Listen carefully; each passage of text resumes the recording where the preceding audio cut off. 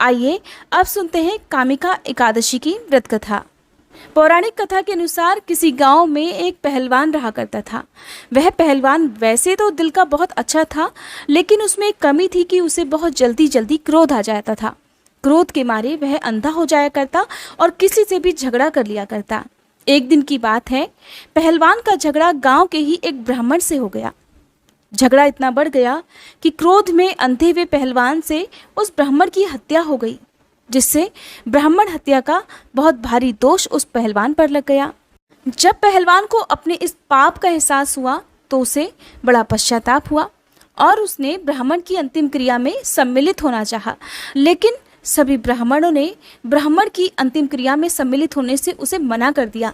साथ ही उसका सामाजिक बहिष्कार भी कर दिया, क्योंकि पहलवान पर ब्रह्म हत्या का दोष लग चुका था।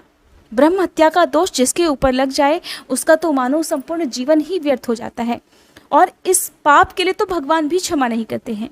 इसलिए जब पहलवान रात दिन व्याकुल रहने लगा कि उसके पाप से मुक्ति उसे किस प्रकार मिलेगी, तो वह रात दिन भटका करता।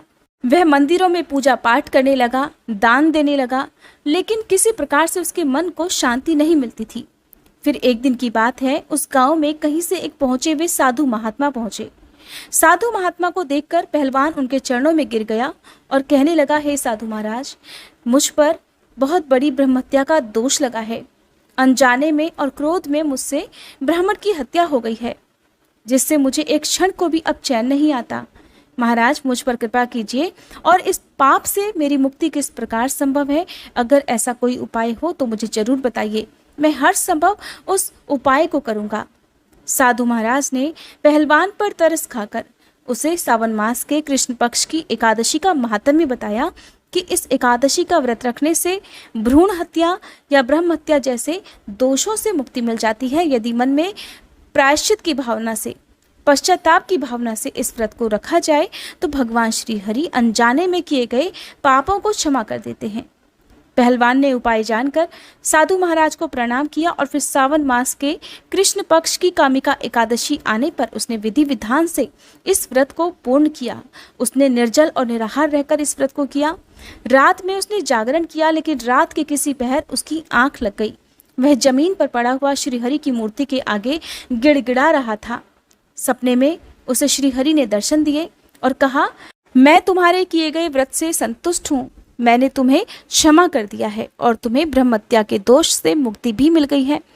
इस बात का एहसास होते ही पहलवान के सिर से मानो बोझ उतर गया हो।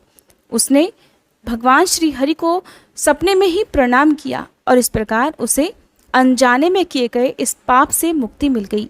फिर उसने हर साल कामिका एकादशी व्रत रखना प्रारंभ कर दिया और इस प्रकार से इस व्रत के प्रभाव से उसकी बुद्धि भी ठीक हो गई और उसका क्रोध भी शांत होता चला गया।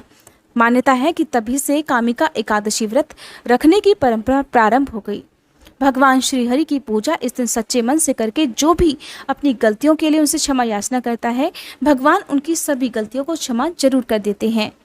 पाप रूपी कीचड़ में फंसे हुए और संसार रूपी समुद्र में डूबे हुए मनुष्यों के लिए इस एकादशी का व्रत और भगवान श्री हरि का पूजन अत्यंत आवश्यक है।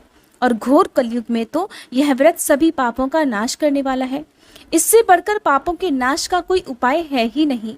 जो भी भक्त एकादशी का उपवास नहीं रख पाता हो, ऐसे में सच्चे मन से यदि एकादशी की इस व्रत कथा को पढ़ या सुन लेता है, श्री हरि उन्हें भी व्रत जितना ही पुण्य प्रदान करते हैं और उनके सभी पापों को क्षमा कर देते हैं।